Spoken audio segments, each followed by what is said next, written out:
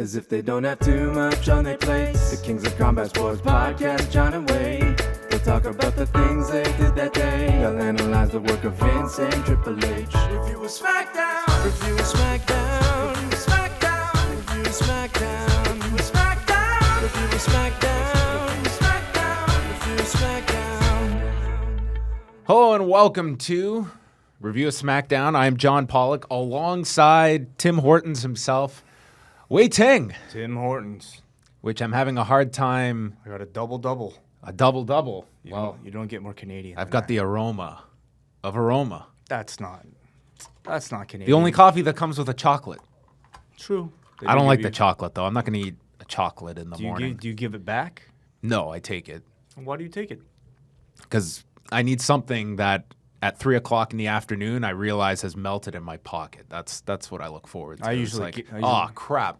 I just give it back. Oh, that's nice. Yeah. It's like fishing, but you don't keep the fish. You let it go back into the water to its natural habitat. Yeah.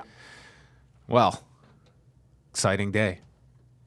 Yeah. Lots to discuss. What's going on? What's in the news? You know, I had a pretty quiet Tuesday. Uh-huh. Can't say it was all that active. Yeah. Okay. Well, all joking aside, we're going to get into a lot on this show. We will, at some point, get to SmackDown. I don't know if you might need a refill. I got a medium for a reason. Oh, okay? Boy. What is your usual size? Small, if they have it, and extra small, which they don't. Extra small. Yeah. Like the little tiny, why did I even bother making this trip for this? Yeah. Oh, I don't need much of this stuff. you're that guy. But tonight I might. Okay, well, so we're going to start off not discussing SmackDown, but rather the latest in the ongoing saga. Is this worthy of the term saga? Oh, yeah, I would say so. I think it's a saga. It's the genesis of the saga involving Anthem Sports and the Hardys, which has just grown and grown, stemming from this interview that I did over last Friday that aired on the Lost Sunday. We had the Hardys portion in there. Then there was comments made by Reby Hardy on Monday in regards to it. I mean, others came out. And then on Monday, you and I on our show, I think we had a pretty thorough rundown of all of the issues involved with doing this interview and kind of the fallout from that. And since then, oh boy. Well, yeah. They said, oh, yeah, I'll take that and we'll raise you this. So Tuesday comes, and we had announced we were going to be putting out the full interview on Tuesday night. So, I mean, you put that video up roughly when? 4 o'clock-ish? Nah, like 5 Eastern, around that time. So that's when we put up the full 35-minute interview that you can watch on our YouTube channel, iTunes. It's up there, whether it be audio or video, if you want to listen to it. So that was out, and then I went out on Tuesday night because Tuesday nights, myself and Jason Agnew play softball together. So I arrive at the ballpark and just check my messages, and all of a sudden, I am included in this email to other members of the wrestling media for this email that has been sent out by Ed Nordholm with the subject line, Broken Brilliance Update. Subject line like that grabs your attention. Broken Brilliance Update. Something that only pro wrestling and that industry could fully grasp what a subject line like that means. So I'm just skimming through this. I was like, holy Christ. I'm going to be perfectly clear here. I had no idea they were going to be releasing this. I didn't know this was anything. Was it a response to our interview going up?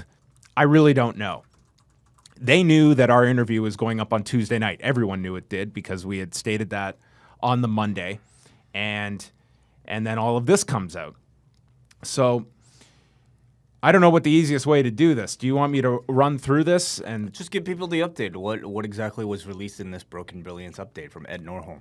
Okay, I'm just going to read the opening here because he has included like correspondence between himself and Matt, between the Hardys legal team and himself, and Ed with the WWE, with an unknown official that he spoke with at the WWE. Good afternoon. In response to ongoing speculation concerning our position with respect to the Broken Brilliance creative, I am providing this detailed log of our communications on the subject and contractual structure of our relationship with Matt Hardy with respect to intellectual property matters, which is standard to our roster and in the industry. There has never been any argument from Impact Wrestling that the Hardys were key contributors to the development of the characters and storyline, or that Matt Hardy and Jeff Hardy executed on their roles in spectacular fashion. But the position taken by the Hardys is a massive disservice to the contribution of the rest of the creative team at Impact Wrestling, including Jeremy Borash, David Lagana, Matt Conway, and Billy Corgan, and is totally at odds with the terms of their contracts. The Hardys would have you believe that Anthem is somehow avoiding their lawyers to address this. This is the log of our communication with the Hardys and or their lawyers. It is clear that we have not been avoiding them. So then we get a timeline starting on March the 10th with Nordholm speaking with executives at ROH about being used, the Broken Brilliant IP being used on ROH events. Now, March 10th was the date of the 15th anniversary pay-per-view, which followed the Hardys showing up the prior Saturday at the Manhattan Mayhem show to announce they would be on the pay-per-view. That was the same night Bully Ray showed up at that Manhattan show. And sorry, what day of the week was that? That was a Friday night. So that was Friday right before the 15th anniversary pay-per-view. Yeah, the day of. Yes, the day of the pay-per-view. Yeah, right. Time isn't specified here. It's the Friday. This is listed. And Ed adds here he was willing to provide an arrangement that would allow the creative to be used in ROH shows and encouraged ROH to have Matt speak with him if he wanted to pursue that discussion. The following day, which would have been the Saturday, Ed spoke at length with Matt by telephone about the structure of an amicable arrangement for use of the Broken Brilliance creative. March 14th, Matt sends a text message to Ed, and they go back and forth here. Basically, they communicate back and forth, and it's rather amicable, at least via text. And both sides are seemingly wanting to reach some type of settlement or agreement. Yes. So then there was, we're going here later into March, where it says here, Counsel for Anthem Wrestling delivered a draft proposal for Matt Hardy. March 27th, Matt Hardy's team responds that they've been away. They haven't had a chance to review this, and we'll get back to them in the next few days. Now, keeping in this timeline, March 27th is a week out from WrestleMania, and it said there was no communication from March 27th, that last message, until April 18th, when Matt Hardy's team left a voicemail for Anthem asking to arrange a meeting. 2 days later, this is when Ed contacts WWE by email to determine the veracity of internet rumors concerning WWE interest in the Broken Brilliance. So, and this email chain, of course, is included in this. Yeah, and I have that email here too. Yes, so, which you can find also on a lot of news sites. Yes, sadly, our site is really not up to par. People come here for audio. It's fine. Anyway. So I hope this isn't redundant, but I think it's all. important to get all this information out, okay? So these emails between the WWE and Ed. So this person is not known. I don't want to speculate who it is that Ed was speaking to. So Ed contacts them. It sounds like he was the one to approach them. I'm under the assumption this was the beginning of the communication. Okay, I've been approached by Matt Hardy's lawyers regarding Broken Universe, and they have set the dirt sheets alive with the rumor that WWE is trying to work something out with us. I am completely open to a proper discussion on this if it is genuine, but have no interest whatsoever in conducting negotiations on Twitter through Talent and his wife. If the desire is genuine, could you introduce me to whoever is appropriate at WWE? All the best, Ed. And I don't know if this was an email signature, but it ends with Impact Live at 8 tonight. Don't miss, with a happy face. I'm sure it's part of the signature. Okay. Well, it's nice to have a happy face then as part of your signature, I guess. I mean, why not? Maybe they could have your own Impact emojis for the marketplace. Mm-hmm. So that was on April the 20th, and he got a very quick response that day. Hi, Ed. Thanks for your note. I wasn't aware of the rumors. Please let me ask internally, and I'll circle back from there. Follow-up came the following day, on April 21st. Hi, Ed. Thanks again for your note. I talked with the team internally, and the rumors are just that. No interest on our end in getting involved. Any info out there to the contrary definitely isn't coming from us. Let me know if I can provide any other info. And that was from these emails that were released, that's where the communication with the WWE ended. And I mean, that looks legitimate to me. And it repeats what Ed said. Yes. Confirms what Ed said in the interview he did with you, that the WWE has, quote, no interest. Yes. And this At is... least from this correspondent. This is the Anthem side of things. Yeah. And we are in the position where we have to decipher through the games that are going on here. So basically, before we even get to that, I think go ahead. partially I would assume the reason why Ed even decided to send this email with a specific timeline of what's been happening, I think is perhaps in large part to refute another article put up by Ryan Satin at Pro Wrestling Sheet, which came out soon after Sunday. Yes. That says, according to sources to Ryan Satin that were later confirmed by the Hardy family, that say that Matt Hardy's legal team for over a month has attempted to come to an agreement with Ed Norholm. And sources, this is from Pro Wrestling Sheet, sources tell us the Hardys hired counsel at the beginning of April with the intention of locking down the trademarks and characters, and their lawyers were ignored by Anthem for weeks. We're told that Matt wants this Impact to sign over any claims they may have to the Broken Universe because the Hardys believe they have ownership rights after creating and funding the inception of it all long before Anthem purchased the company. Our sources say the two sides finally met last week, and it appeared they'd be resolving the contentious situation. But then Nordholm did an interview with The Law last night saying they haven't been in contact with anybody, and they haven't been in contact, and nobody at WWE would even want the characters and trademarks. We reached out to the Hardys, who verified the facts that the story is accurate. So I would assume from the perspective of Ed Norholm, he wanted to send this out to show that he has been at work and, in fact, specifically seemed to point out in this email that there was no communication from the Hardy side between the weeks of March 27th to the 18th. Mm-hmm. However, if you take it from the Hardy perspective, there was no communication from Ed's side between April 18th to April 27th. And that was the period where Ed, of course, was having the correspondence with the WWE. Right. And since then, I mean, Rebby Hardy has responded to this, stating that also in the email dump, as we can call it, from the Anthem side was Matt Hardy's independent contractor agreement, which was signed in March 2015. And there is specific language that is outlined there, which definitely reads that any intellectual property created by the character under this agreement is theirs. I mean, the language in that contract, it certainly backs, Anthem's position that they believe they have the ownership of this. Now, on top of that, Rebby is stating that that was not the finalized contract, that there is another version out there that we're not aware of that could cloud this issue. But that's the contract that was released on Anthem's end from March 2015. She's also added that there are phone calls that they have, recordings of, and Matt also mentioned the fact that he is going to release his side of things in the proper venue. I feel more so that this is closer to going to court than I would have 5 days ago, where I didn't feel it would go that far. It now feels as though both sides are really digging their heels in to go at one another, and it feels like a court battle this could come down to.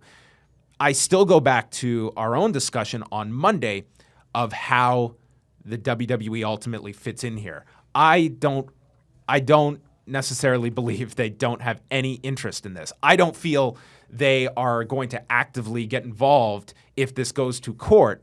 Now, if the Hardys were to win and get the rights to these characters, then it becomes a different issue.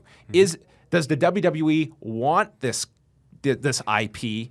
As in, do they want to own it? I'm sure they do. Do they want to lease it from the Hardys? That's a different question. And the Hardys, like I've said this over and over, I hope at the end of this, they don't find themselves going through all of these court costs, all of this battle, and then it's another company that ends up with the rights to all of this. I mean, there's a lot at play here where the Hardys are very much in the middle of this. Oh, certainly. I mean, I would say they're at the forefront. This battle is less so between WWE and Impact and more so between No, but they could be the ultimate ones that are just sitting here waiting for this fight to finish. And then in order for the Hardys to use this on television, they need to strike a deal with the WWE. And I don't know if they would be happy to say, we will just lease it rather than we own it outright. Perhaps, but I mean, people that are in the company right now are leasing their identity in order to be marketed. Yep. People like AJ Styles, Samoa Joe, people who have come in with their existing, real names or personas. For instance, if the WWE sees that there's enough money to be made, I'm sure any type of agreement can be made. However, I definitely don't see them stepping in while this whole dispute between the Hardys and Anthem is taking place. In fact, I mean, it would almost be, if I was the WWE, they certainly don't want to set a precedent and help. In my opinion, this is all my own personal opinion, just as a fan. The WWE is known for retaining their own copyright and their own intellectual property and being very stringent for not allowing performers who have created any sort of IP under their own contracts to go to another company. And if they were to help and aid the Hardys in any way to win this battle against Anthem, it would almost suggest that it would be an admission of, it would set a precedent for their own cases in the future. So I feel like it would be in their own interest to step away and let things play out between the two sides and see what happens at that point. There's a lot to unpack here, and I think part of it. My questions coming out of it are the timing of everything. Do you think that, so something we learned through this email dump from Ed is that the two sides did have their last meetings May 16th, which was last Tuesday. Yes. This was not mentioned in the interview. I mean, but Ed, it was just lawyers meet, but no agreement reached May 16th. Ed wasn't prompted to mention anything about that. Do you think the timing of Ed's interview, do you think the timing of all this stuff is a play perhaps on his part in the negotiations, or is Ed simply fed up with all the stories and the rumor out there? And obviously the I would say the hit from a PR perspective that Anthem and Impact itself seems to be taken from this story. Yes. I feel this is where I have to just be perfectly honest here. I can't tell you the reasoning why now Ed wanted to be interviewed. He said that he was greenlit by PR, that he could now start doing interviews and was going to be lining up interviews. Going into that interview, he had no idea the Hardys would be a topic. So he had no idea going in. I think he could reasonably assume he would be asked about the Hardys. Yes. And I would be pretty embarrassed with myself if I did not ask about the Hardys during that interview. So he very well could have looked at it that way. To me, if I'm just looking at this and they are, what that May 16th meeting was, no agreement reached. So if they were at loggerheads, going back to the public way, this has been, it's both advanced the story, but also to me, it has solidified each side's view to not have any kind of amicable resolution. I feel that going the public way has been stressful for both sides involved. I don't know if that's the way I would be going about it, but I don't know what these agreements, these discussions have been like with the legal team. Rebby, I also want to include, added the fact that she characterized that Ed and Anthem put together this proposal to WWE that she claimed was laughable, whatever they were proposing. That is not part of that email chain. That is not part of any of the discussion. She said this via Twitter? Via Twitter. Right. That they had made some proposal to the WWE and where they would get it, and they just laughed it off, or that's what she's alleging. Okay. So, but I'm just saying that part wasn't in the whole legal back and forth. So let's go back to my interview then. So that interview was done on the Friday, and then released on Sunday, and yeah, they knew Tuesday night it was coming out. And I'm just going to be perfectly honest here, okay? There was someone at Anthem that asked me and said, can we review this interview before you guys make it live tonight? I refused. I said I was not comfortable with that. I would not make that allowance for anyone else, and I'm not going to do it here. They understood my position, and we moved on from that. But they did know that interview was coming out on Tuesday night, so I had no idea that they were planning this, but I mean, the timing of it, you can look at that they were ready for this interview to come out, even though I don't think it adds any. All the Hardy stuff was out Sunday. There was no more of the Hardys. It's possible to draw that conclusion. My own personal perspective is that they probably were working on this anyway, at least in response to, I would say, probably more so the Ryan Satin article than anything in the interview, which, if you listen to it, is rather not, had nothing to do with the Hardys. This email prep, like this is not just some quick put together email. Nope. There is redacted information. There is highlighted PDF files. I mean, this was probably a day or two's work. This was something written by a professional lawyer, of which I know Ed is. So this was definitely something that was done professionally and took some time to do. Yes. Mm-hmm. So that's where we stand now. Do you feel that? Do you have any questions? Is there anything lingering that we have not fascinating, covered? obviously, especially for us because we're caught right in it, And my questions, I think, are. I always want to try to look into the true motives of all the actions that are taking place. And obviously, everything that we're hearing from any side, we have to question because it's one person arguing against another. And in this case, for something that they consider to be very valuable and something that will, ultimately make somebody money. My questions are also more about what this means in the public sense. And what I mean by that is, Impact certainly is not gaining any fans. I would say Anthem is certainly not gaining any fans as a result of this. I will say, however, with Ed's, Broken Brilliance update, I think he's convinced many people in the public of his side and that he legally has the right to obtain the trademarks, at least from his perspective. But again, we haven't heard the Hardy official response, and we haven't heard the supposed, phone calls and whatnot. I'm also no lawyer, but I would love to get the perspective of a professional on the validity of this. It's been told to me that maybe some of these contracts from the old TNA era might not necessarily be, I guess. Binding?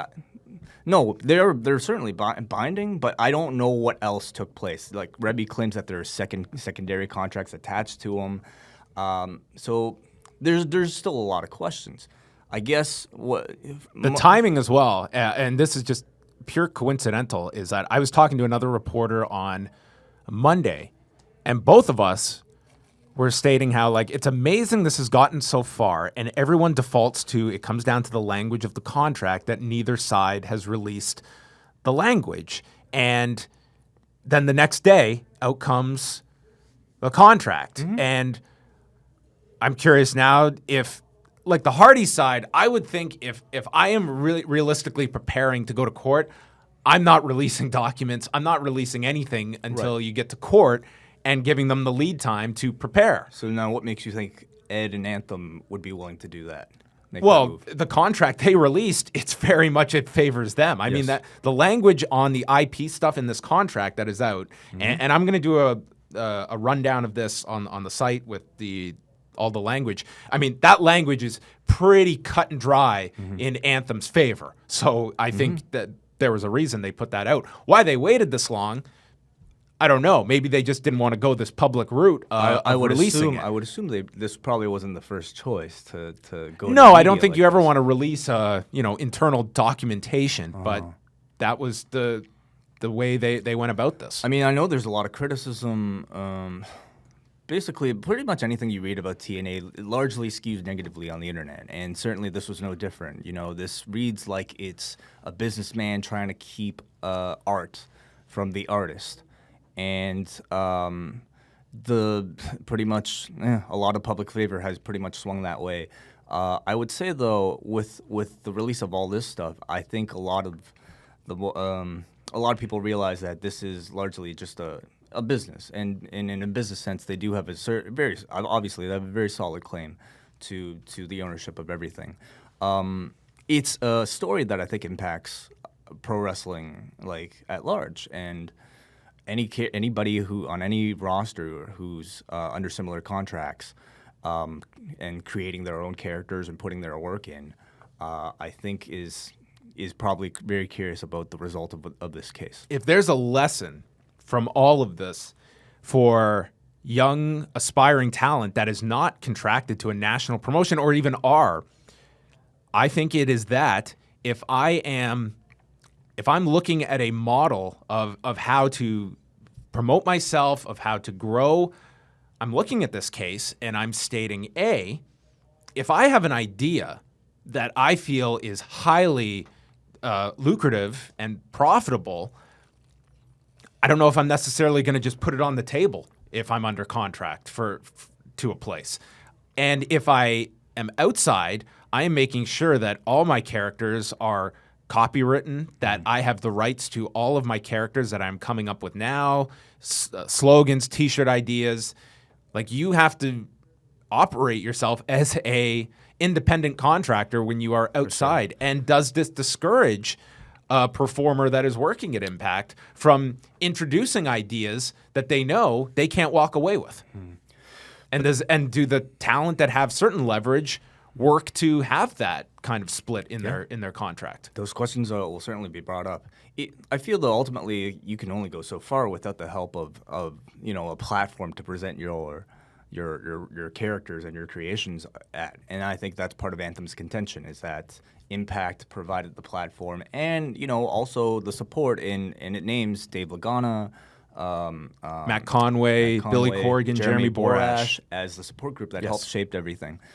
Which they deserve credit as well. Right. This was not just solely a Matt and Jeff creation. I give the lion's share to Matt, but there was definitely support, lot of it. So again, I think if it does go to court, hopefully the public finds a resolution. Us talking like this, we're only speculators, and this stuff is interesting to discuss, to say the least. So we're not here. We're not going to come to any type of conclusion, but we're here to foster the discussion. So, I mean, whatever comes out of this, we will continue to follow this story. That's the latest as of now. But each day there's more and more, so we will see if this cools down or not. And to be honest, by the time we put out our interview, like Tuesday afternoon, I felt like this had largely subsided. Like Monday, there was a lot coming out of the Hardys stuff. And by the time the Tuesday thing, to be honest, I think the full interview, like beyond the Hardy stuff, there's a lot of interesting business notes and some ITV stuff, the length of the Pop deal. But the Hardy stuff, I knew was going to be the heart of the discussion. That was the real hot button issue in that interview. I would say the interview pretty much kind of got lost in the midst of a lot of this Hardy stuff. Are you saying I should have just done a 4-minute interview? No, I honestly completely detached. I think there's a lot of interesting notes in that interview that you can learn, like the Pop deal being up at the end of the year, where things stand with the ITV and World of Sport, live event touring, that it seems like they are very much going to take a very they are not going to just jump into touring and doing every single weekend or anything. I think they're going to be very calculated with their live events. And the whole transfer of power when they bought the company, and some of the background information that Ed got when speaking to people that had previously worked at Impact. So anyway, that is it. Now it's time to... Is SmackDown almost a letdown now? Can you think of a segue? It feels really weird to just go from... courts. You know what I said when I got this email? What? Holy Toledo!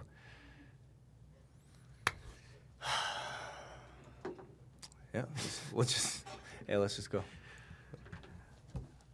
All right, time to get into SmackDown, Way, from the beautiful Huntington Center in Toledo, Ohio. That's what that's called? The Huntington Center, yes. Okay. I could take my word for it. Yeah. Okay. Did you see we heard from the Van Andel Arena? What? What do you mean? some fan in Grand Rapids said that we besmirched the Van Andel Arena. How did we besmirch it? No, I don't think we were too hard on it. I did research, and I found out specifically who this Van Andel was. Wow, we got not only a retweet of this, but we got a response with a GIF. What? From Van Andel himself? The Van Andel Arena, not Van Andel himself. The arena sent out a GIF? Whoever the arena manager is of their Twitter account. What was the GIF? Oh, it was a stunned. I don't know what the category would be. It was a stunned. Oh, my. Look. Well, I apologize to the Van Andel Arena. My goal now is to get comments from all the arenas. I think I'm Yeah. just going to tag all the arenas when we put up our reviews. So this went down on Tuesday, and the show started off with a police escort for Jinder Mahal. The Singh brothers were in another vehicle, got out with the carpet, which I think is a nice touch. I like the carpet that they have, that they just place on the ground for him, and tons of chants of USA as Jinder got out of his own vehicle. They started the show off with this awesome montage of reaction shots and headlines from all the press that this shocking win apparently received on the internet. It's all done, though, with this like threatening evil music underneath, all positioning Jinder as this evil threat that has taken over the universe.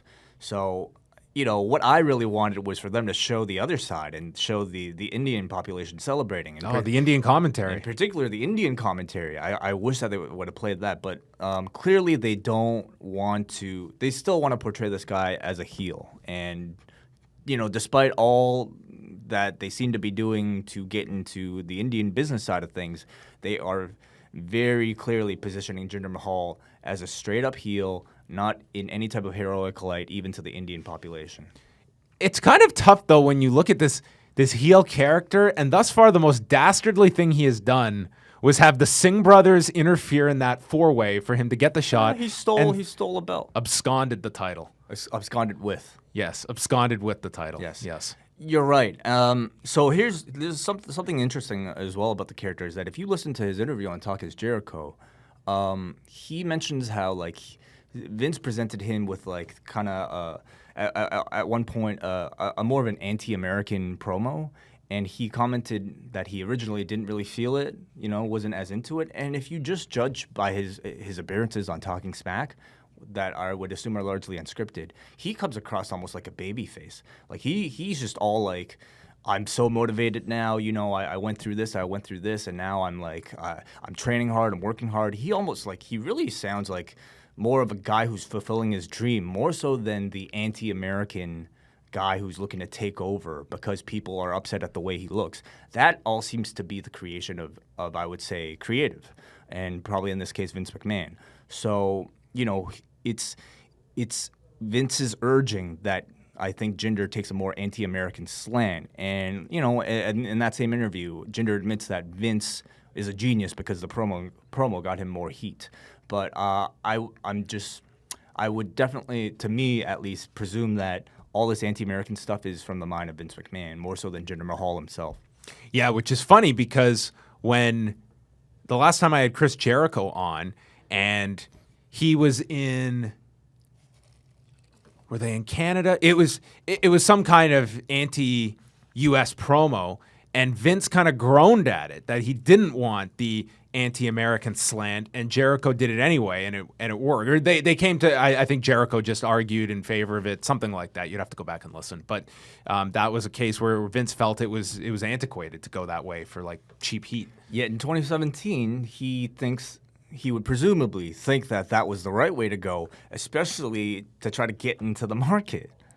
It's fascinating. Yeah, it's also amazing when we look at how they will book all of these baby faces in their hometown, but that when they're really serious about a part of the world, we put the guy over.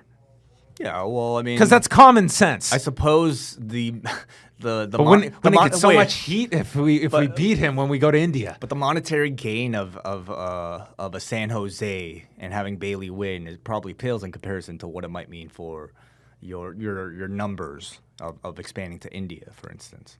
But I would say that San Jose as a market built around someone was not increased by an Alexa Bliss victory. I mean, you just look at the pros and the cons of what the outcome in that market meant to that audience on that night of Sasha Banks losing in the main event in Boston. Do you think attendance will be lower the next time they go to San Jose, though? No, I'm not stating it's a case of you're killing off a city or anything. I'm just looking at, you look at the momentum of a character, and here you are gifted something. Yeah. When you come out and get a reaction like that, you're treated like a superstar. And I think you have the choice that night. Do we foster that reaction and grow that audience? And we have a local star that we can put out there next time we come here, and that is a big deal in this home city. Or we can beat her in her hometown, and it kind of deflates that reaction, and I think it somewhat brings that person down to earth. So that's my thinking on things. Shane McMahon comes out to start the show.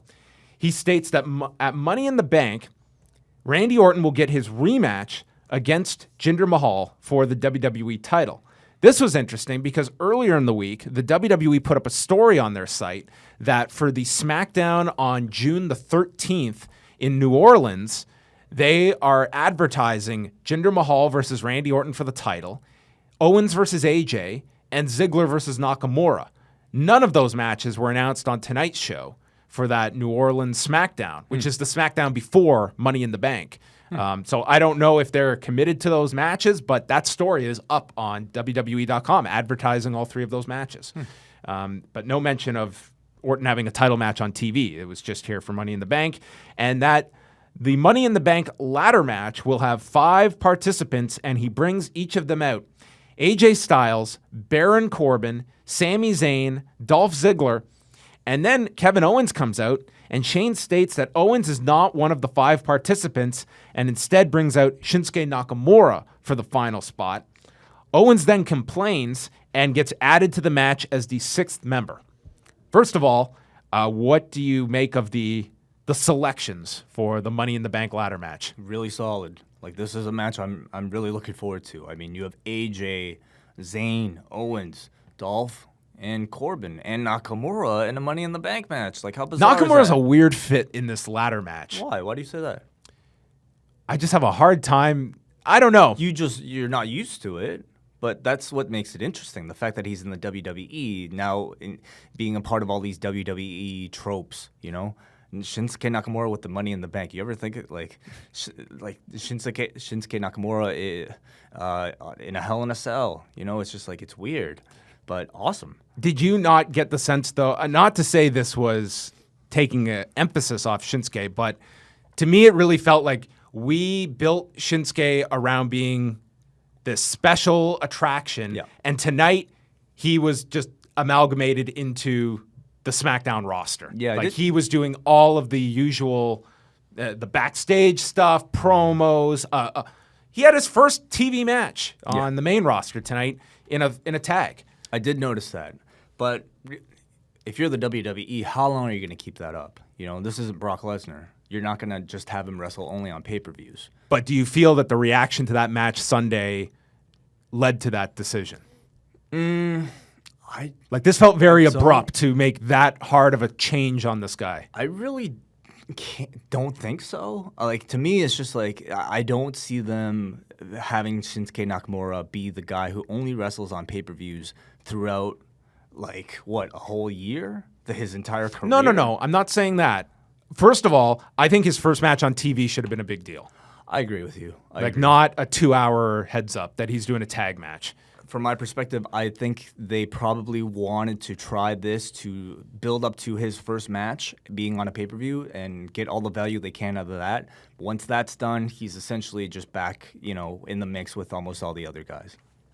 So after we get the announcement of this, then we had promo time with everyone where Baron Corbin told Owens, stop talking. Stop talking. Stop talking. He even changed his microphone to repeat this. And he tells Shane he should just lower the briefcase now and hand it over to him. And everyone went through each other. Styles referred to Owens as Eric Cartman. And then ran through the rest. And then he went through each guy, the final one being the rock star, Shinsuke Nakamura. Is the artist no more? The artist or the rock star? He was called the rock star. He was not. A few times Was on he the show. referred to the artist this time? It didn't stand out to me. Should really be a symbol. Suzanne, did you hear the artist referred to on SmackDown? Just Rockstar. Just Rockstar, okay. So correct us if we're wrong. The artist formerly known as Shinsuke Nakamura. Who What's all this paint bullshit? Pain. Didn't you see the whole painting video that they aired on the pay-per-view for Nakamura? Oh, I missed it. It was this elaborate video Yeah. where Shinsuke Nakamura has like the fucking picture and he's painting 'cause himself. he's an artist. Yeah, literal okay. painter, like he was Michelangelo. Now play music, I guess. So now he's a rock star. Okay. So maybe he'll be a poet by SummerSlam. And I've got to say, when AJ, like they clearly built to the face-off with Nakamura, there was no buzz. There was Yeah. no reaction to this. And I thought it was like a big moment. And they clearly designed the segment around this affiliation. They also tried to reiterate it multiple times on Talking Smack, having Shane McMahon comment on, basically try to rewrite the reaction, saying, "Wow, what a great moment." But when you watch it live, it really wasn't. They were didn't seem like that expecting big of a Rock deal. Hogan, and they got. Instead, fans were caught up in chanting Eric Cartman, at Kevin Owens. So I'm sure clearly it's what they're looking to build towards. But at least this first night didn't get the reaction that they were probably expecting. Yeah, which if I was looking at the layout of this segment, I would have thought it would have gotten a big reaction. Corbin calls Zayn the Rudy of SmackDown, and there's a reason there wasn't a sequel to that movie, and Rudy lived off that for his whole life. Strange analogy.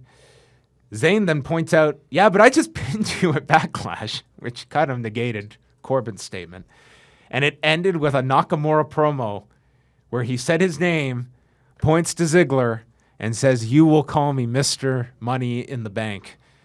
And then Shane announces Corbin versus Zayn in a rematch tonight, and Ziggler and Owens will team up to take on Styles and Nakamura. We will find out tonight who teams best. Who will work together the best? Who will get along the best? I feel like this was pretty much to me a sign of the type of Shinsuke Nakamura that we will get on TV now.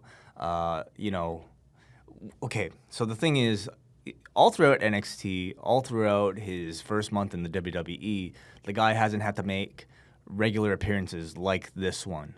Be in the opening segment, have to talk. So that's the big mystery, is how would Shinsuke Nakamura appear in a typical WWE role? We kind of got a glimpse of it here. Shinsuke Nakamura, he did fine, but he comes across like he's reading somebody else's words very clearly, you know what I mean? And I don't think fine is necessarily good enough these days when you have somebody like a Kevin Owens. It's a challenge to push somebody like Nakamura in this style of pro wrestling programming, but I personally didn't really feel it in this opening segment. I'm sure they'll tinker with it. Personally, I feel like he needs to do more things that are just physically charismatic, maybe 85 physical, and maybe just even say one or two sentences that get a big pop, make him really strong. But I think having him at this point kind of like read these lines that are clearly not written by him, it's not working. Yeah, I'm curious where this guy is going to be come the summer, and if this is going to be the portrayal of Nakamura every week, and if more TV time is actually going to be detrimental to him. And it definitely, if my biggest takeaway of this show was a philosophical shift in how they are using this Nakamura character. Or maybe this was the plan the whole time after the first month. This felt very abrupt, just to go. Again, even if you were going to make those changes, I just feel with all the stock you've put in this guy of being this special attraction, at least promote his first match on television and make that a big deal. That's, I feel, would have been a better opportunity. Charlotte and Becky Lynch took on Carmella and Natalya, with Naomi in the babyface's corner and Tamina and Ellsworth in the opposite. They went through a commercial. Charlotte got the hot tag, landed this big boot on Natalya, went to climb to the top when Tamina tried to get involved, and Naomi took her out with a crossbody off the steps. Natalya hit a release German to Charlotte, and then Becky comes in, landing a missile dropkick. She goes for the disarmer. Ellsworth goes to stop her, but is yanked off the apron. Becky applies the disarmer and gets the submission. Yes, so They're trying to put steam on all of the women, with Carmella having those prior 2 wins over Naomi, then Natalya getting the submission win at the pay-per-view. Becky gets the win back here and submitting Carmella.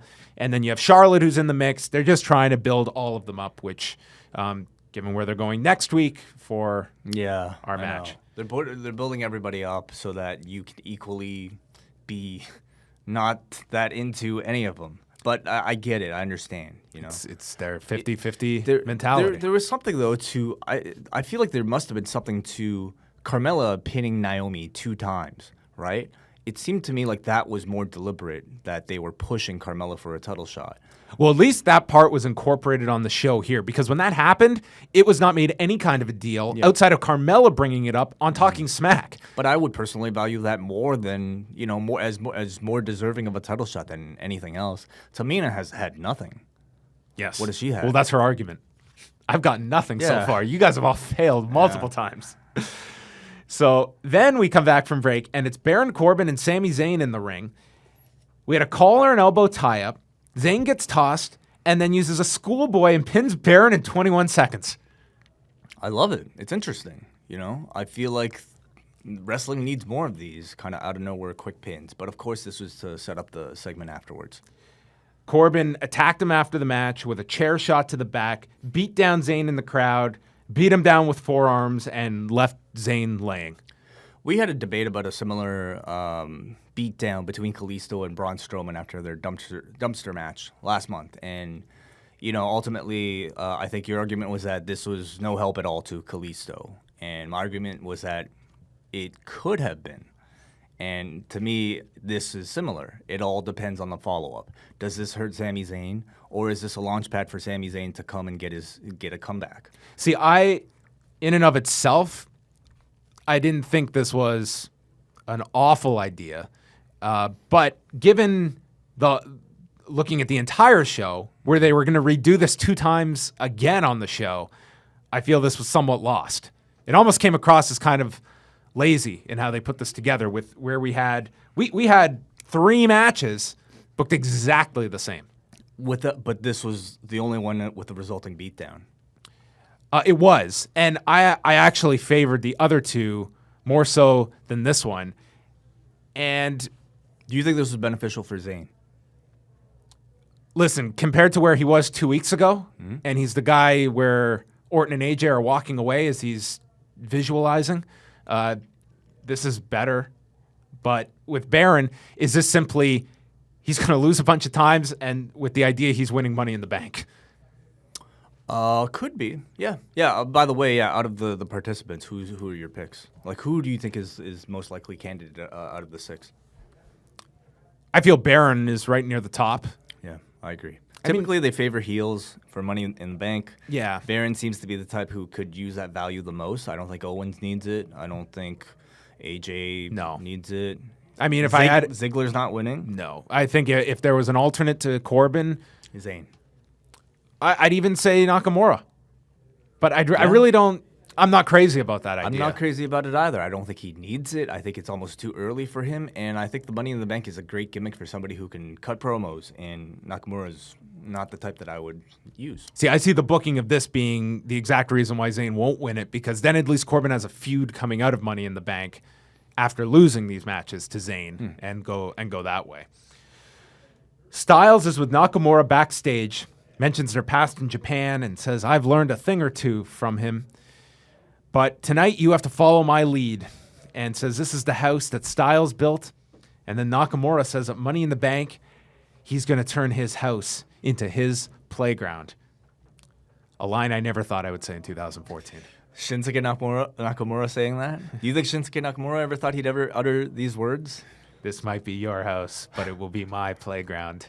It's just like, it's nothing I could ever imagine him saying, okay? Is that a problem then? It is a big problem. Like if you're saying this is completely, like you saw this guy get over and not on a small stage, on a really big platform. Yeah. And you're putting him in a position where you can't even fathom this guy in this role. Of course. That's a massive disconnect. It's a massive problem. But beyond that, like, as somebody whose English for him is a second language, as somebody who's grown up in an immigrant community, who knows a lot of people who speak English as a second language, there's nobody with an accent as thick as Nakamura's that would ever come up with the words like that on their own. Like, he's clearly being scripted by somebody who doesn't know how to script for somebody like him, and I think that's a major problem. Like, this type of wit, this type of, like, it's lame, first of all, and secondly, it's just, like, it sounds nothing like what somebody like him would say. So then we had the Fashion Files, which was called The Final File at the Toledo Fashion Department, and on the wall we had Tony Chimmel. Then we had, I had to put a lot of analysis into this way, so you let me know. We had the Mean Street Posse listed under gang activity. And the Mean Street Posse, you have Joey Abs, Pete Gas, and then in the middle was Rodney with an X over his face. Now on top of that, there were 2 Post-it notes. One that said mean with a check mark in the box. The other one said street, which had a box that said check mark. And there was no third Post-it. So were we to assume that the X signified what they were missing, and in a weird roundabout way, Rodney is the posse, vis-a-vis he's a pussy. Oh, okay, interesting. Yeah, well, yeah, that could be it. Did I read too much into this? No. I was trying to decipher this. This was like a goddamn puzzle I was trying to solve. Those things, those boards that they put up clearly have a lot of thought put into You them. have to hit pause to fully grasp this board. They're total Easter egg worthy, and they're worth investigating and studying. I don't know if this was a shot at Rodney or what, but man, it was one of the most fascinating things on the show. It also listed Chris Jericho as missing, and we had a photo of the Big Boss Man on their desk. Shane walks in, and they go to turn in their badges, and Shane explains they're not real cops. They hand over their guns, which are water guns, and Shane tells them to stop stripping their clothes off. They've proven themselves, and he makes 2 singles matches tonight with Tyler against Jey Uso and Fandango against Jimmy. And then Fandango says, we're back on the case, takes a donut, and then Shane is left alone and starts squirting the water gun, and they leave. I'm very happy to see that they're continuing with these because I thought they were such a big hit. Personally, again, they're not necessarily for me, but I'll say that I enjoyed these 2 way more when they have a straight man to play off of. And I agree. Shane was a great straight man in this segment. I thought Shane was, I'm not going to say this was award-winning. I think Shane has really grown on me. I thought he was very good, and I'm going to contradict myself here because he played a great straight man here, and that's been my problem with him on Talking Smack is that he wouldn't sell anything. He was still playing the Shane tough guy, and that definitely was not – it felt like he was way looser on Talking Smack this week, and he slowly found his role on that show where he seems like a much more laid-back individual than the one that started hosting that show. Right. So I'm trying to compliment the guy. As you give me this puzzled look. No. What are you trying to say? I'm saying I thought Shane was a benefit on both shows. I think I agree with you. And for me, I mean, I'm sure Shane himself is trying to figure out his role on a show like that. Talking Smack can be tough. You know, you're not really given the same direction that you might be on the main show, and you kind of have to figure it out yourself. Then we had the best segment of the week, the Punjabi Celebration. The lights are out, drum music begins, and then there's all of these dancers at the entrance. They dance to the ring. I just wrote down, this is so awesome. Then the Singh brothers come out. They bring out Jinder Mahal in this suit. The ring is all decorated. JBL's loving this. All 3 of these guys, they felt like stars here. They felt like a big deal. This was the first time I really saw Jinder Mahal look and feel like a main event presence. They made this feel like a big deal. And the Singh brothers, man, I'm really happy for these guys. The Seaver brothers, the Bollywood boys. I mean, from being cut on 205 Live. If you remember, they were in the first match on the first episode, and they were sent back to the Performance Center. But to go from that to being a part of the entourage and playing a big role in the main event of Backlash and being a part of this, like, I'm really like happy for those two to find these roles that they're perfectly suited for. That's way better than anything they could have had on 205 Live. Yeah, and their size is it's such a benefit to this act. Yes. And you saw that in the Orton match. It makes Jinder look huge. Yes. Mahal says you can shower him with hatred, but 1.3 billion people in India are celebrating his victory. He has exposed the people for the fools they are. They doubted him. He celebrates for India and then speaks in Punjabi, poses on the turnbuckle as we got Memorial Day fireworks a week early. JBL was like calling Jinder's entrance exactly like how he used to call the King Booker entrances, just like going nuts. Fully like over the top. You hear that music? It's awesome. Like just pretending that this is the greatest thing ever. I thought he was very funny. I really want to hear feedback from any Indian listeners because I'm watching this and I'm thinking it's awesome. And I want to know what someone in India thinks of this. Do they look at it as pandering? Is it in all making fun of traditions? Think if this was Canada. Like if it was Brett doing this same type of anti-American, yes, I'm doing this for Canadians. I'm going to speak to my Canadian audience in Canadian right now. We'd love it. Like when Brett was playing a heel, we loved it.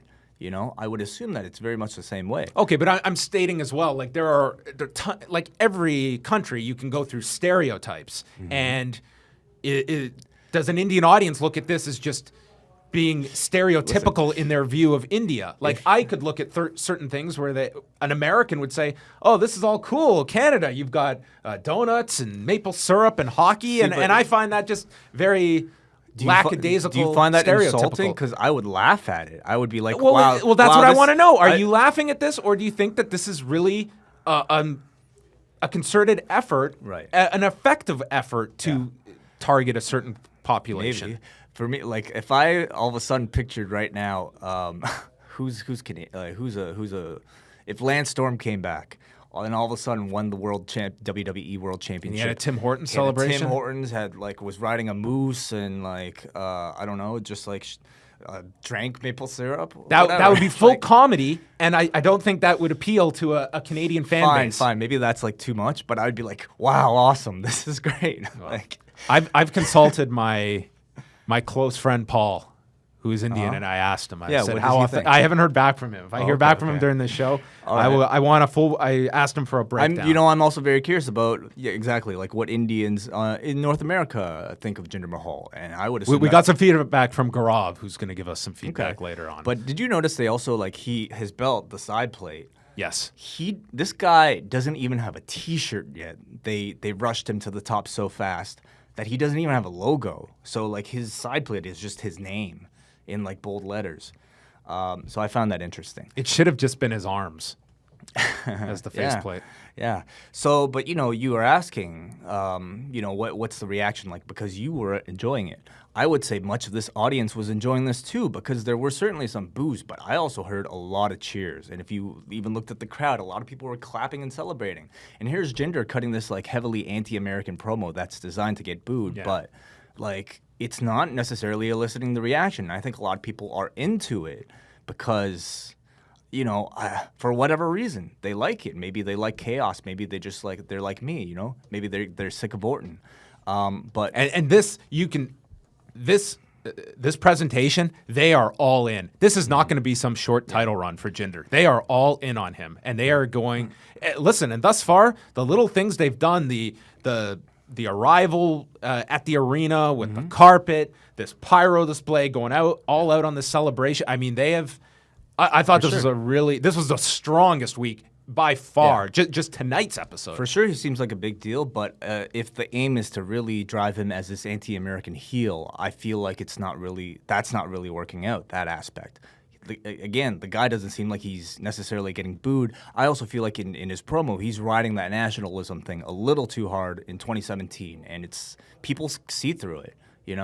And in fact, they're not necessarily booing him; they're cheering him. Well, listen, I don't think it's out of the realm of possibility that the long-term play, if this guy clicks, and I think the jury's out on that. Ultimately, No, this was a great night. He'll be a babyface, yes. A babyface. Absolutely, no doubt. I mean, that's what you would want. But that's clearly not what these promos, that opening video was designed to do. They want him to get over as a foreign heel. And in 2017, in order to play a foreign heel, I feel like you have to dig a little deeper, get a little bit more political, which Jinder, in terms of a heat-getting character, hasn't really been able to do yet.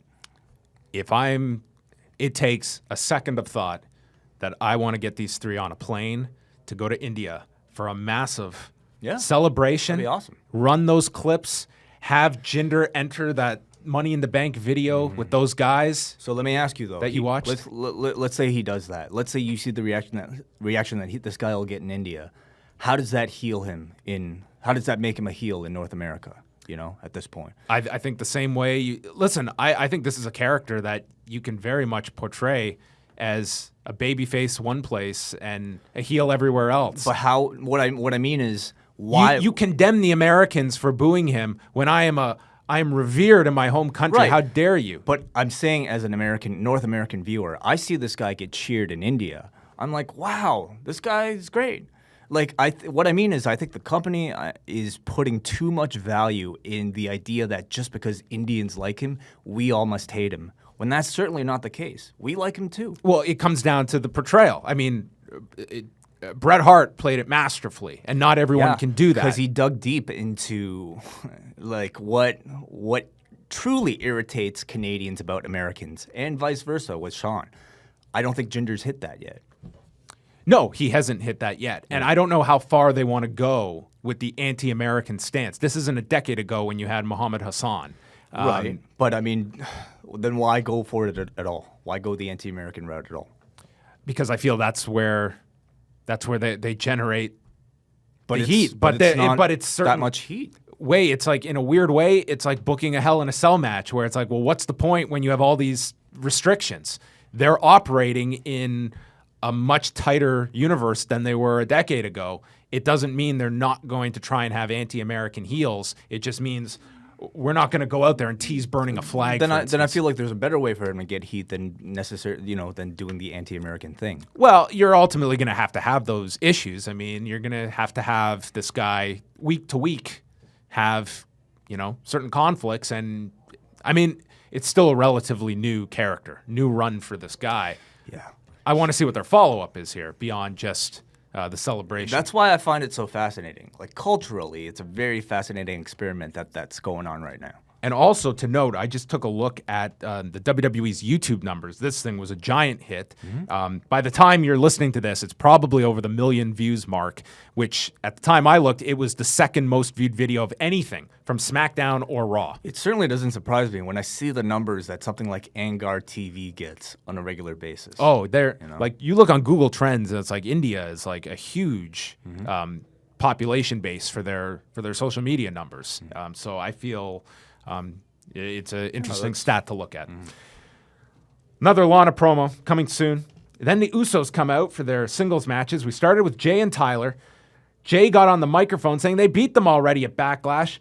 Fandango squirts him with a water gun, and Breeze rolls him up in 25 seconds for the win.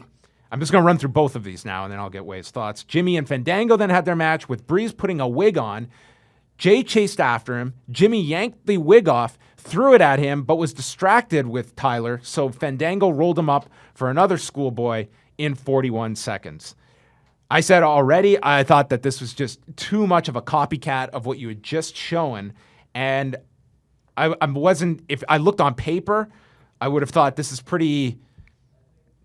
not very good use of the Usos, but I will say what they did next, that crowd was so into the near falls because of what they did prior. So you're saying these two quick matches resulted in the building to the reaction they got in the. I thought in the tag title match with all the near falls, I mean the crowd bid on every single near fall. I feel because of what they just saw. Perhaps, yeah, perhaps. I would like to think that these guys are over enough that they would have reacted strongly anyway. I was just surprised though at how over these two were in all of the segments. Breezango. Yeah, Breezango. They definitely. What did you feel about their match on Sunday? I thought because it was something different, I really enjoyed it. I mean, comedy hasn't been really, attempted necessarily in WWE. Obviously, you have the New Day, you have R-Truth, but like in terms of an in-ring comedy guy, you haven't really had that consistently since the Santino. And I thought it was very welcome, and I thought Breeze did a great job. If it was a bridge to get where it feels like they are now, I'm fine with it. I just thought they were going so overboard with it on Sunday, and it was one of those instances where everyone viewed it as it's something different. Mm-hmm. It was entertaining for what it was, but I would hate for these guys to be saddled with this permanently because I feel that this joke would end really quickly, and maybe they realized that because I thought this was a much better balance on this show. And I think it was a net positive for Breezango now that we can look at what happened Sunday and on Tuesday. Mm-hmm. So the Breezango wanted a title rematch, and the Usos offered it to them right then and there. Mike Chioda got on a headset. The match was approved, and we got an impromptu tag title match between the two. And immediately, Fandango hit a Falcon Arrow for a near fall. That's when I that was just a minute or so into the match, and the crowd bid on the finish. So you can say what you will about the quick finishes and beating your champions like that. Right. It assisted this match. Yeah. Then they tossed Fandango into the corner. Super kicks were delivered to both Breeze and Fandango. And then Jimmy went for a splash off the top, landed on the knees by Fandango, who cradled him. Another great near fall. And then Fandango nails Jimmy, who falls off the turnbuckle. He hits the last dance, which is the leg drop off the top. But as soon as he lands, Jay comes off the adjacent turnbuckle and splashes him for the win. Really creative finish, some good near falls for what was a pretty quick match. They didn't have a ton of time, and the Usos get the ultimate win, and I think Breezango came ahead here. So I didn't mind this three-match segment. I thought it was some incredible energy from this crowd, and if you asked me 2 months ago if I saw Breezango getting a reaction like this for a title match, I mean, I would have slapped you in the face. But they really did a great job rehabbing these two. I mean, these two themselves did a great job rehabbing themselves when they were given the chance. So I actually think they'll get another shot.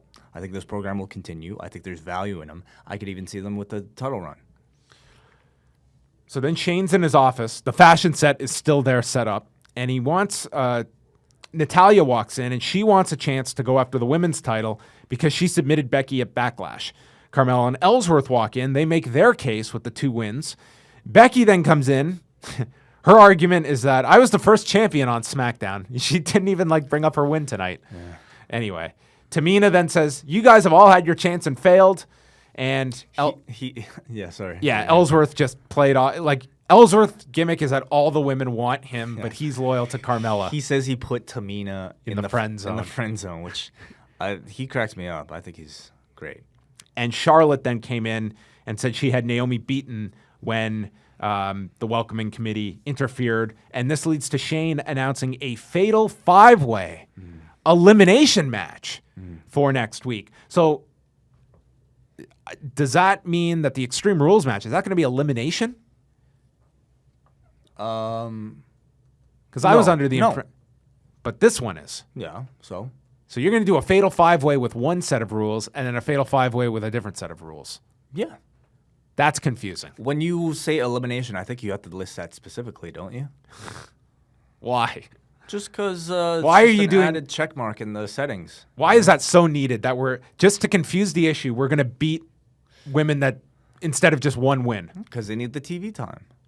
They need to fill out the match. You can have a lengthy match without doing pins all throughout it. Okay, whatever. I don't know why. I don't know why. I just think that's unnecessary confusion because I would not book a match at Extreme Rules where you have to beat Roman and you have to beat all your other guys. So the Fatal 5-Way, the way they got here, I have to wonder how long of a plan that they had to do this Fatal 5-Way because I really don't think that they would have had Carmella pin Naomi twice, which to me, again, is something that is way more valued than Becky Lynch saying, I was the first champion, or Tamina saying, I've never had a shot before. Those things aren't equal. So something tells me that Carmella was supposed to get that title shot, maybe ultimately still is, but this week they decided, hey, let's have a real #1 contenders match next week. So that's next week, and then the winner faces Naomi at Money in the Bank. Brian Kendrick cut a promo, the 205 Live standard. It said Tozawa has disrespected him. Anything goes tonight, and tonight Tozawa learns his final lesson in a street fight. I know it's low praise. I thought this was the best 205 Live promo we've gotten. Oh, wow. Like the master of the 15-second promo. This, to me, I was interested in the match by the end of this. Straight up It was promo. quick. Yeah. It put emphasis on the match. And these are terrible. Week in, week out. This was an exception. Did the fact that the match, you knew the match coming up would be the blow-off, did that help? Certainly. He said this will be the final lesson. This felt like something of importance tonight on 205 Live. Most times these guys just promote their I'm meaningless TJP, match. and tonight I'm going to be on the show with this guy. And then the rematch will be next week. Main event time, and they had a lot of time. Kevin Owens and Dolph Ziggler against Shinsuke Nakamura and AJ Styles. Styles started out, and it worked into Nakamura being tagged in with Owens. Nakamura attacked him with knees, teased the Kinshasa, but Owens bailed to the floor. Owens and Ziggler got the advantage on Nakamura, who eventually battled out of the corner. They went through 2 commercials in all of this. Owens hit a cannonball to him. Ziggler then missed Nakamura by running shoulder first into the corner post. They need to pad those things. They really do. Like for safety measures. It's becoming all too common. Then AJ was in for the hot tag and lifted Ziggler onto his shoulders and hit the fireman's carry neck breaker, Goroshi. What was it called this week? That's what it was called, the fireman's carry neck breaker. Yeah. No Ushi Goroshi. Are we phasing that term out? Maybe, I don't know. We'll see. Yeah. I'm surprised that the Kinshasa now isn't the rock star anthem. The Rockstar Anthem. Probably not going to use that term. No, not this week. Well, the thing is, the Kinshasa is a WWE creation. yeah, I know. It's probably okayed by everybody. But so was the artist. Yes, Gave up on that exactly. quick. But Ushi Goroshi, again, if you're Vince McMahon, what the fuck is that? Well, that was Lawler's role, was to just make fun of it every time he called it. Right. Styles goes to the floor, and Owens hits a senton on him, drives him into the edge of the apron, attacks the back. Then Nakamura comes in, avoids a famouser, hits an exploder, Pele kick to Owens from Styles, who then goes for the Styles clash, but takes a super kick from Ziggler. Nakamura takes out Ziggler and then hits the Kinshasa and pins Kevin Owens. So, I mean, certainly putting Nakamura over here. But this tag match, I didn't sense the audience was as into this as they were Breezango and the Usos, for instance. It's questionable. I mean, but It's a good match. Nakamura certainly is, I would say, already at this point over, and I would say he was already over, last week and probably the week before that. Just from his reaction on, they've managed to carry that momentum forward. But I feel like even at this point, it's decreased a little. You know what I mean? To the point where he's over, and I would say the crowd already views him as a main eventer. But I actually felt that he was even above that level prior to the match on Sunday. You know what I mean? This guy felt like a special attraction that was beyond your typical main roster guy. Here, I would almost say he fell down a notch. As just a main roster guy. He was assimilated as another, albeit a main event level one, another guy on the SmackDown roster. Right, but he was above that even, which is an incredible feat. And that was my argument, I feel, for making him different, which would enhance him. I think he has to overcome a lot now with this new role. Yeah, but from a simply logistical standpoint, if you have a guy full-time who's traveling with you full-time, how do you get that maximum value out of him? By having him appear on all of your TV shows while still trying to make him feel special? Well, I feel you can look at it from a short term when you are booking a show each week. Yeah, we could have him on this show, but let's look over the course of 2 months. Is him being on every show, you're chipping away at that special attraction. You're making him not special. Same with the song, by the way, which I feel like they're burning out, and I feel like they can burn out rather quickly. You know what I mean? I don't know how you get around that. The guy has to come out. New songs coming soon, where maybe we'll get a Downstate or Finger 11 or. Well, you gotta. Finger 11 still around? Well, he's the rock star, so you need some type Saliva. of rock remix. Saliva remix. Saliva's probably in the song? studio now. Wow. All right. Anyway. So to me, I feel like Nakamura, he's certainly over. I think the crowd is still waiting for that breakthrough performance to really say, wow, this guy's worthy of this hype. That's what I was hoping the Ziggler match would be. I thought it was going to be this incredible spectacle of a match, and there would be so much buzz coming off of it, but that wasn't what you got on Sunday. Talking Smack featured Renee Young and Shane McMahon, and Renee took a second to just reflect on the furious pace of shows, stating, I can't believe Backlash just ended, and already we're just looking at the next show at Money in the Bank. Shane's like, yep, that's what we do. They also had Talking Smack coffee mugs. Oh, is that right? you see these? Where's our review of SmackDown coffee mugs? Got to get on those. What's this? Yeah. Come on. It's we got merchandise, this stuff. The New Day made their return on Talking Smack, coming in singing Frank Stallone's Take You Back Oh, is that from what the that Rocky soundtrack. Is what do we know about the injury status of Kofi Kingston? I think he's just about ready to return. I think he's all set. They just didn't fit them onto SmackDown proper. He's not wrestling yet, though, is he? I don't think he's done any because they I read that he was recently running. they didn't have house shows this past weekend because of coming off the year. No, they would have. They did have shows this past weekend. I don't. Did they wrestle? I don't think no, he the did. New Day didn't wrestle. Yeah, so they talk about JBL mentioning the Usos are the best team going, and that JBL says a lot of crazy things. Big E, they went through what each of them have been up to. Big E married a couple because he's a minister. I didn't know that. Yeah. Wow. He posted this a few weeks ago. It was the first couple he married and said, I wish I could have married you, mentioning Renee. But not that way. No, not in that way, Yeah. as she called it out.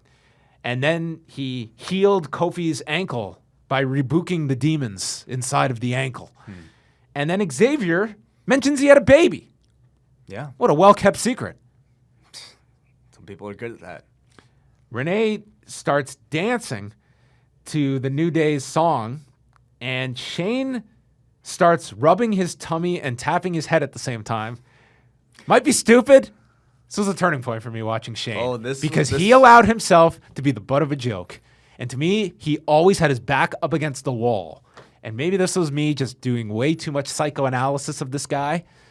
But if he enhanced this instead of just stonewalling it. Yeah, okay, you're right. But I feel like if he played this character too much, and if he acted like Daniel Bryan in usual weeks, it would be a detriment to his actual character on the show as a GM.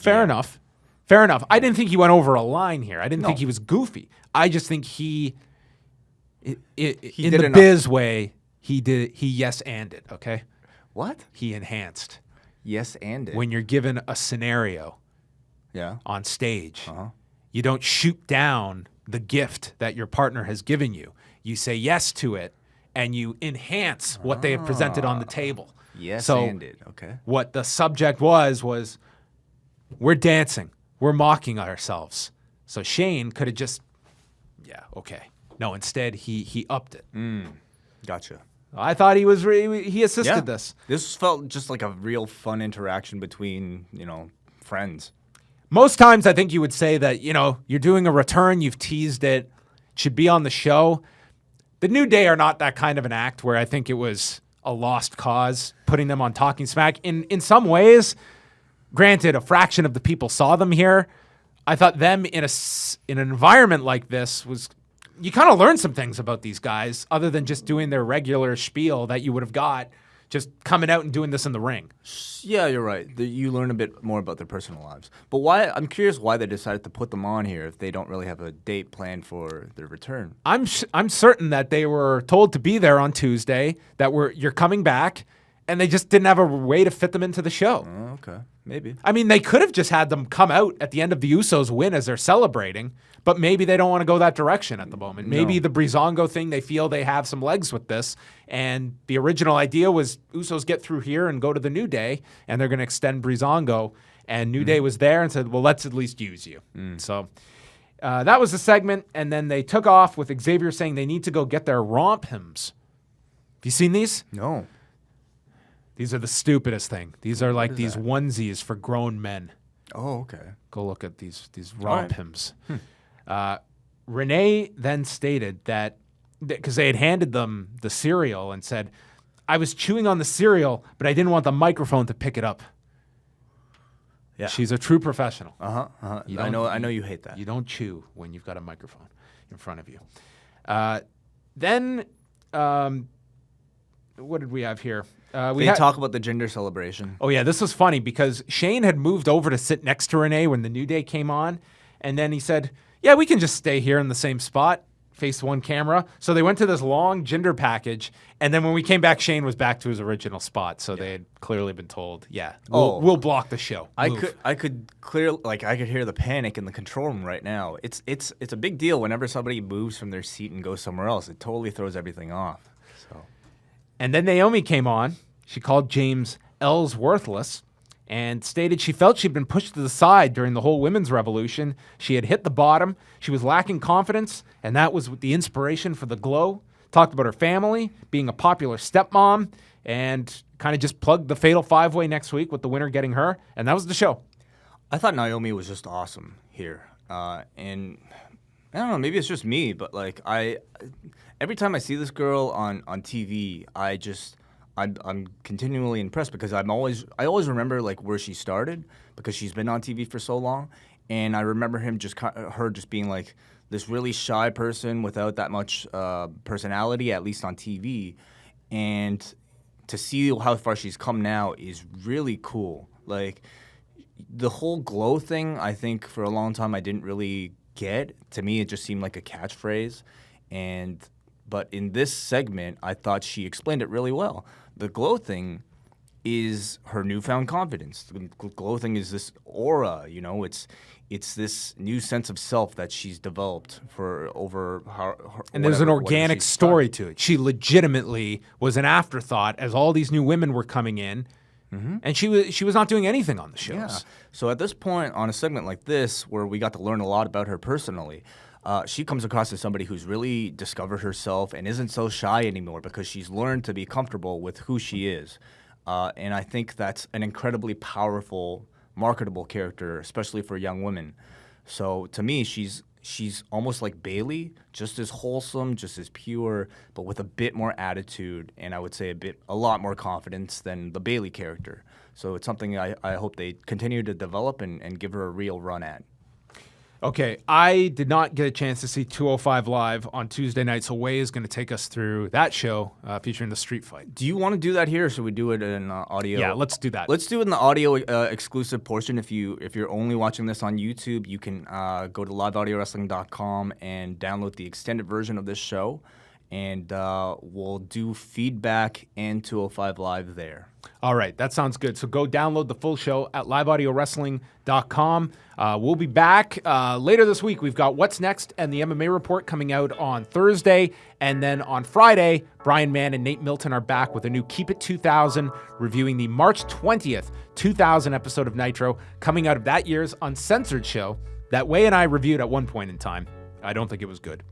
And then Sunday night, on the Law, it's part one of Dan Labransky's interview with Kenny Omega as we get closer to Dominion and his rematch with Kazuchika Okada. So all of that is up at liveaudiowrestling.com. For Wai Ting, I am John Pollock, and go download the show.